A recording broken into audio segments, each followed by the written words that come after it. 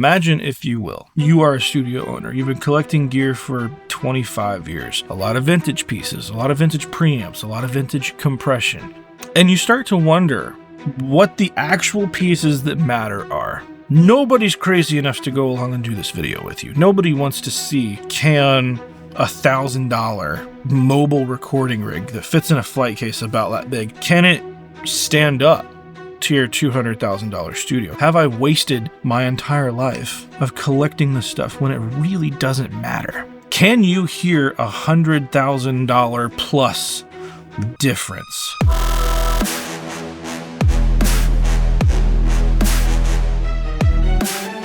Truth be told, I am on the other side of this. I have heard the differences, and I'm not gonna make you wait for it. I'm not a fan of let's drag this out as long as possible. There are some differences between running everything through my rig and everything through this tiny little rig that fits in here. And oh, by the way, there's 6U of just drawers in there. Effectively 1 PreSonus HD8 and 2 of the cheapest set of 8-channel preamps I could find. They were Behringer. I wanted to get close to the amount of I/O that I have in the studio using transformer balance splitters going to my studio and to this little mobile guy back here, and then evaluate, what does that difference sound like? Can you hear a difference? I can hear a difference. It's not as drastic as I thought it would be. I will leave up to you if you think that matters or not.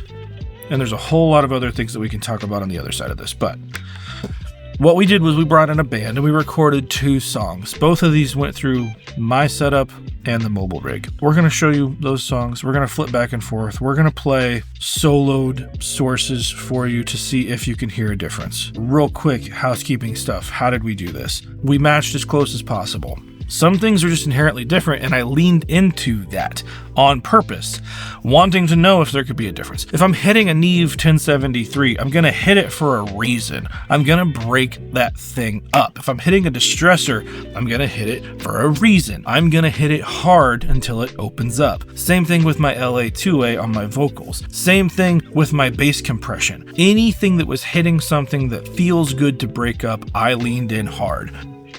And with this other rig, you can't do that. You just set your levels so they don't clip. I noticed a difference. Having those ears and knowing that I'm biased was one thing. One of my best friends, Calvin, unexpectedly showed up at the studio. He works on the road and he'll come in to use my restroom, whatever. So I showed it to him, give him the quick rundown of what we're doing. And he has very little musical technical background. Everybody say hi to Calvin. And I just have, you're like, what are you doing? So I told you what I was doing. Yeah. So which one's the expensive one? Which one's the cheap one? Huh? You picked it immediately. Yeah. Okay, what do you hear? The expensive one sounded much more clean cut. I could hear more details in the different levels. I'm surprised you could pick it out that fast. I'll be straight up. Because I've been sitting here going, is my life a waste? No, it was a pretty noticeable difference. He immediately picked out which was the more expensive one and which was the more cheaper one. But I don't think that's the point. Can you hear a difference of $100,000 plus? I sure hope you can. Otherwise, the entire industry has been flipped on its head. That's not the point. At the back end of this, because I want you to hear it first, I'm going to explain why there's more of a difference than I think. And that if you were building something out yourself, how you could possibly save an astonishing amount of money. This would be a good time to mention this video is sponsored by Sweetwater, Hosa, and Gator. Because not one company alone wanted to back a stupid video idea like this. Because I live like an hour and a half from Sweetwater. It's a little dangerous for me to go because every time I go, I leave with something. It's honestly a musician's playground. And it's not like the salespeople make it any easier for you because they are attentive and very kind. And honestly, those dudes know what they're talking about. So if you want what could be considered some of the best service in the industry, go check out Sweetwater. And if you need to put your stuff in some cases, why don't you go get yourself a Gator case? And if you need to hook something up, Hosa. Shilling complete. Back to what we're here for.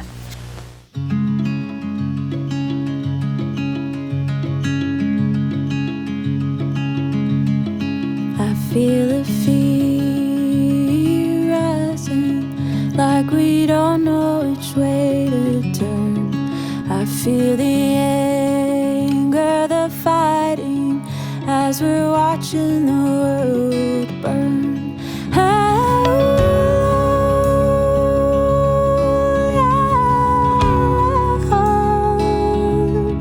Until the wheel of fortune turns. There are no children but our own. Baby, this world's our only home. When I was a child, I thought like a child, waiting for a savior come. But now that I'm grown, I know we are the ones we've been waiting for. Wake up, oh foolish ways. Take up the mantle, protect your home. Or watch the earth protect herself. We are the children playing house.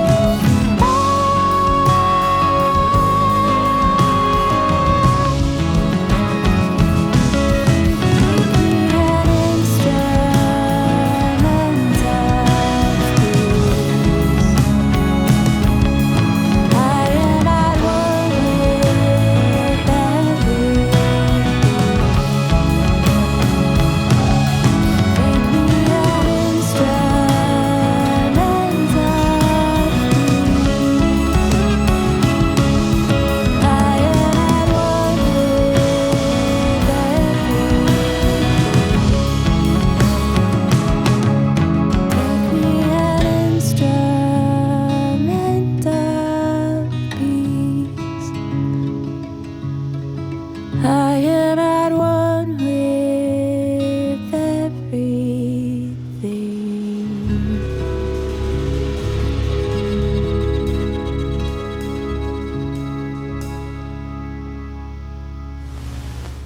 So as I was mixing these, what I did was I mixed the version that was on my expensive studio rig. And I mixed it as if it were a live performance, like as it was. We overdubbed a little bit of vocals and violin and guitar because the whole band being in the room, that didn't make a whole lot of sense. But it's not like we did a ton of overdubs. This was basically a live performance. Everything's essentially one take. So I mixed it as such, leaning into those things that were kind of like, let me feel like this is a band in a room. When I got to a place that I felt was okay, I brought in the files from Cheap Rig. None of these tracks had processing in and of themselves. They were sent to folder tracks, and the folder tracks is what had the processing. Everything was gain matched, pan matched. Vocals was the one place I used to plug in because I made a judgment call. I was tracking from a 1084 into a distressor, into an LA2A on that vocal chain. So instead of doing all that, we went from a Behringer preamp and a $160, $120 8-channel ADAT preamp, and I tossed a rouser on there,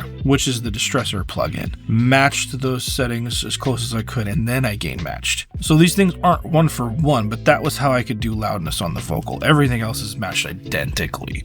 And then I printed them, and I could make either work.